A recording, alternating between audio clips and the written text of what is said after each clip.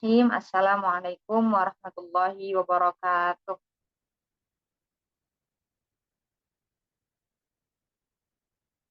Alhamdulillahirabbil alamin wa bihi nasta'in ala umuri dunya waddin. Wassalatu wassalamu ala asyrafil anbiya'i wal mursalin wa ala alihi wa sahbihi ajma'in. Amma ba'du. Pertama-tama marilah kita panjatkan puja-puji serta syukur kehadirat Allah Subhanahu wa taala yang mana telah memberikan kita beribu-ribu macam nikmat, di antaranya nikmat iman, Islam, serta nikmat sehat walafiat sehingga kita dapat berkumpul, bermuajahah walau secara online.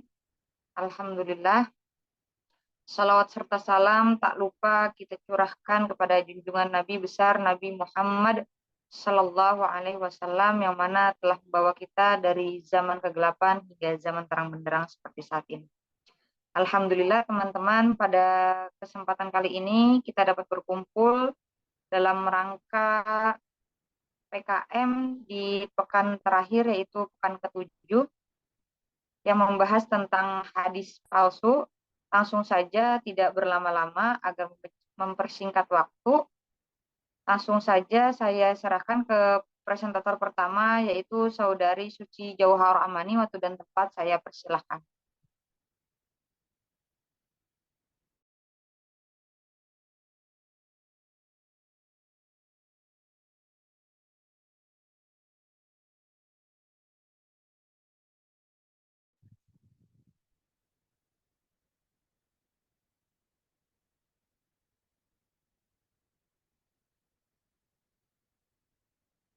Terima kasih kepada moderator yang telah mengizinkan saya untuk memaparkan materi.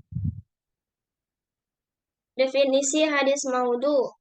Secara etimologi, kata maudhu adalah isim marfu, bentuk objek dari kata wado'a, yang berarti diletakkan, ditinggalkan, digugurkan, dan dibuat-buat. Secara terminologi, hadis maudhu adalah wal muhtalaqul masnu'ul makdzubu ala rasulillah, yang artinya kedustaan yang direkayasa dan dibuat-buat serta dinisbatkan kepada Rasulullah SAW.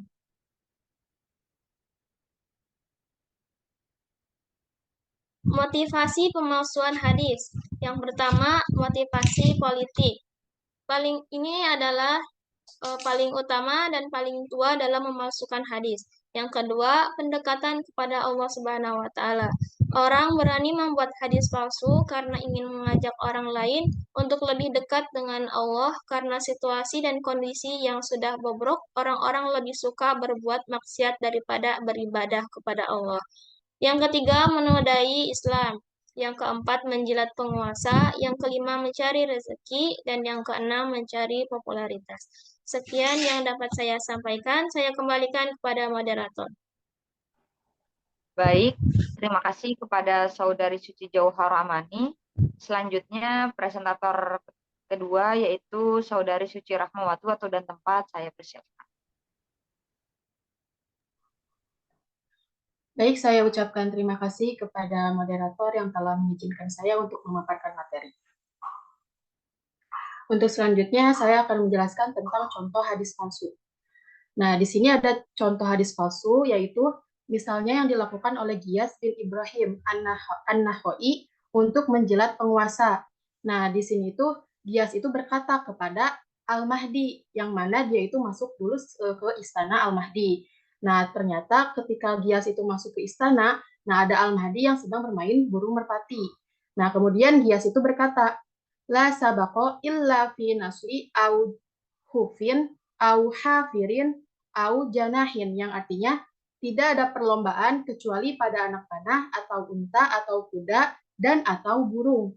Nah, sedangkan yang maksud dari hadis palsu di sini itu di mana Rasulullah Shallallahu Alaihi Wasallam itu bersabda hanya sampai la sabako illa fi nasli au hufin au hafirin. Nah, sedangkan di sini Giyas itu menambahkan au janahin kepada Al-Mahdi, yang mana Giyas tersebut ingin membahagiakan Al-Mahdi. Nah, ketika mendengar hadis palsu itu, Al-Mahdi memberikan hadiah 10.000 dirham kepada Giyas. Tetapi setelah mengetahui bahwa Giyas pendusta burung tersebut, disembeli. Nah, jadi maksud dari contoh hadis palsu di sini, di mana Giyas ini adalah pendusta yang menyebarkan hadis palsu, yaitu di mana hadis yang aslinya itu hanya sampai au hafirin, sedangkan Giyas menambahkan au janahin. Next.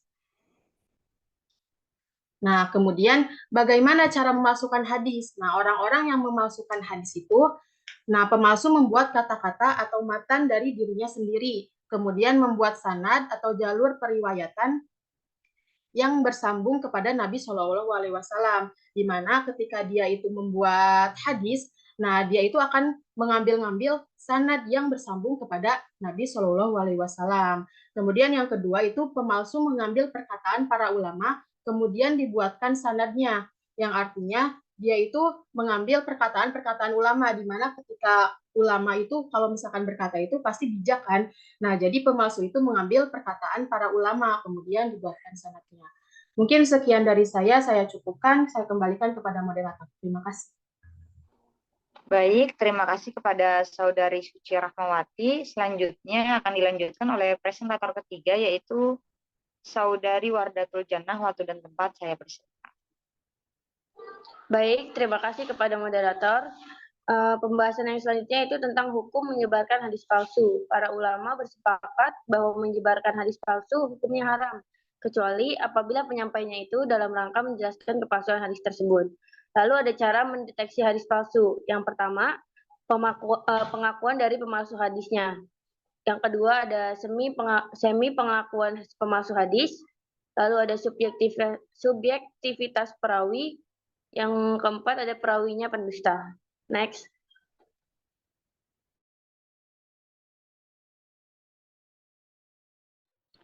Lalu ada para pemalsu hadis. Di sini ada nama-namanya. Yang pertama ada Aban bin Ja'far An-Numaiki. Lalu ada Ibrahim bin Zaid Al-Aslami.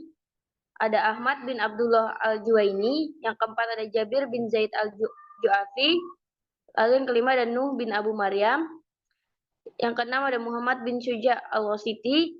Al-Haris bin Abdullah Al-A'war.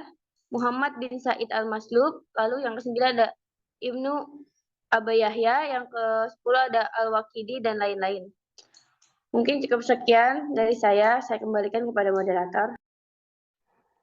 Baik, terima kasih kepada Saudari Wardatul Jannah. Selanjutnya yaitu presentator terakhir, Saudara Wildan Ahmad. Waktu dan tempat saya persilakan.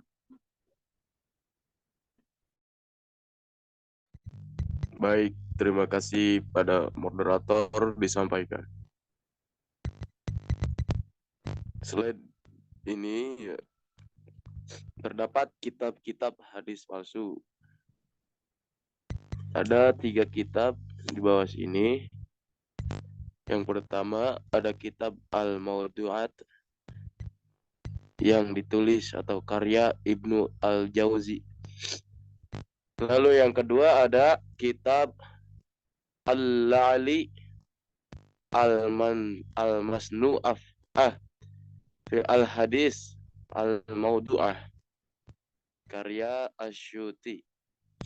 Lalu yang terakhir ada kitab Tanzih Asy-Syari'ah Al-Marju'ah an Hadis Asyani'ah Al-Mawdu'ah karya Ibnu Ar-Raq Al-Kannani. Oke, next slide.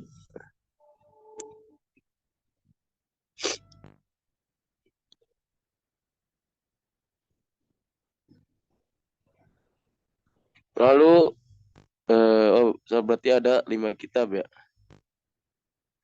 Yang keempat ada kitab bernama Tazkirah Al-Mawdu'at karya Ibnu Tahir Al-Maqdisi. Lalu kitab Al-Fawaid Al-Majmu'ah fi Al-Hadith Al-Mawdu'ah karya Asy-Syaukani.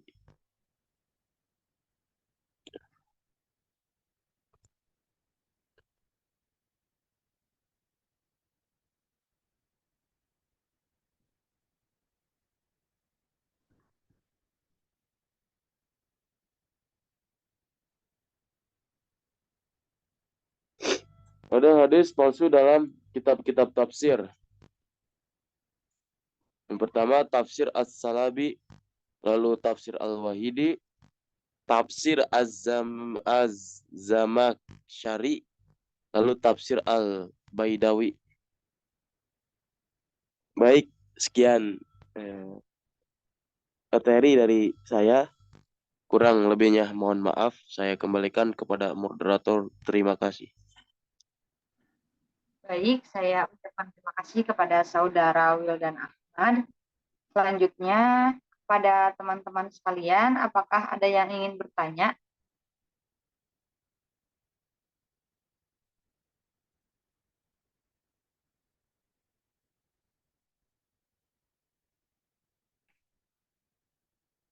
Silakan kepada Saudari Zulfa untuk memaparkan pertanyaannya.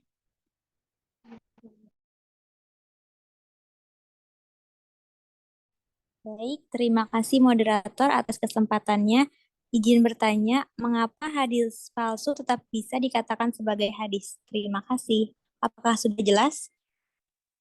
Ya, terima kasih kepada Saudari Zulfa. Sudah jelas. Akan kami tampung dulu pertanyaannya. Selanjutnya kepada Saudari Zaini, dipersilakan untuk memaparkan pertanyaannya.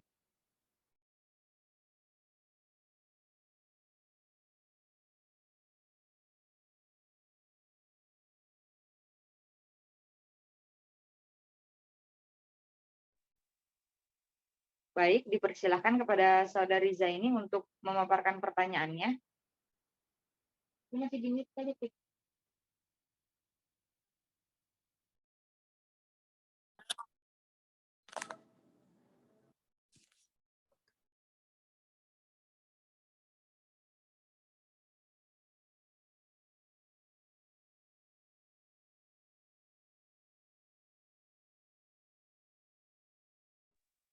Baik, pertanyaan dari Saudari Zaini yaitu apa dampak negatif dari hadis palsu? Terima kasih. Akan kami tampung dulu pertanyaannya. Selanjutnya pertanyaan dari Saudari Hasna, dipersilahkan untuk memaparkan pertanyaannya. Baik teh, bertanya, bagaimana jika seseorang memakai hadis palsu? Baik, terima kasih kepada Saudari Hasna. Kami tampung dulu pertanyaannya.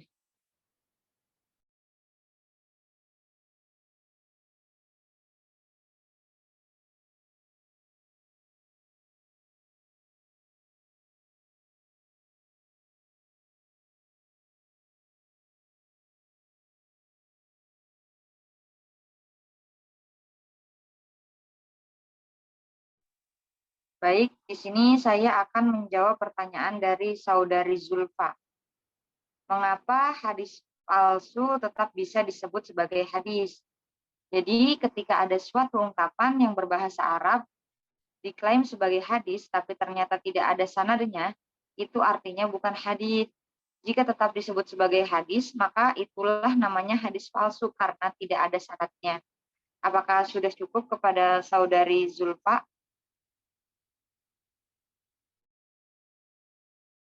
Sudah cukup, terima kasih.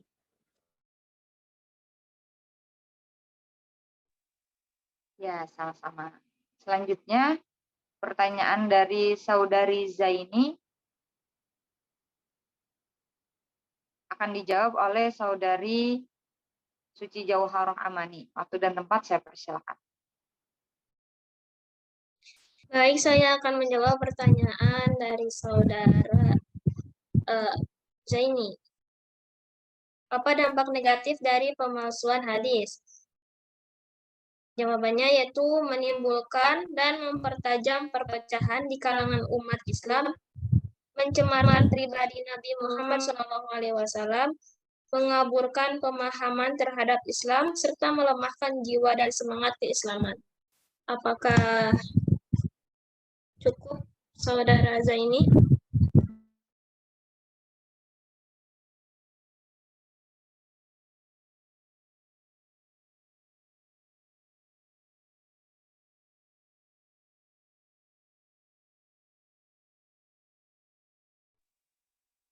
Baik. Selanjutnya pertanyaan dari Saudari Hasna akan dijawab oleh Saudari Suci Rahmawati. Waktu dan tempat saya persilahkan. Baik, saya ucapkan terima kasih kepada moderator. Saya akan menjawab pertanyaan dari Saudari Hasna Hanifah.